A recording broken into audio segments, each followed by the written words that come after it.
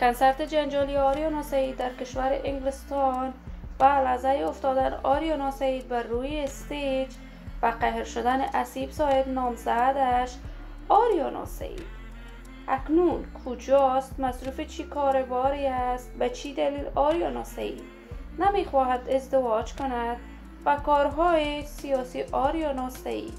من در این ویدیو پیرامون حقایق همین ماجرا خواهم پرداخت، پس در ادامه با کانال دنیا اینفو باشید.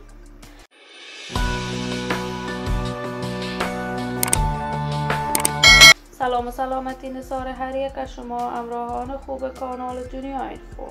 من مرورید عزیزی هستم. برای حمایت از من علامت سابسکرایب را فشار دهید تا بیننده ویدیوهای جذاب و دیدنی کانال دنیا اینفو باشید. آریانا سعید هنرمند بی‌بدیل، یکی از صداهای ماندگار و برجسته در هنر موسیقی افغانستان بوده است. شهرت و محبوبیت بسزایی در میان هنرمندان کشور داشته است. لقب ملکه صدا را در مدت خیلی کوتاهی از طرف دوستداران و طرفدارانش کسب کرد. آریانا سعید عاشقانه هنر موسیقیش را به پیش میبرد. دوستداران و طرفداران هنر موسیقی آریانا سعید از مرزهای افغانستان عبور کرده است. این هنرمند معروف و مشهور کشور در کشور ترکیه زندگی می کند، ولی اصالتا تابعیت کشور انگلستان را دارد.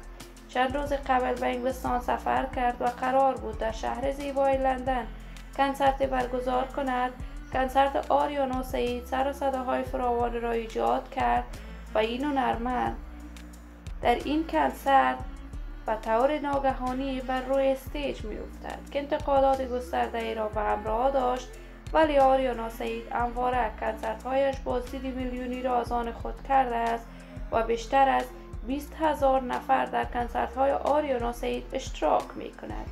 این اسطوره بزرگ موسیقی افغانستان و کارهای سیاسی هم دست زده است که کارهای سیاسیش هم مورد حمایت گسترده افغانستان قرار گرفته است.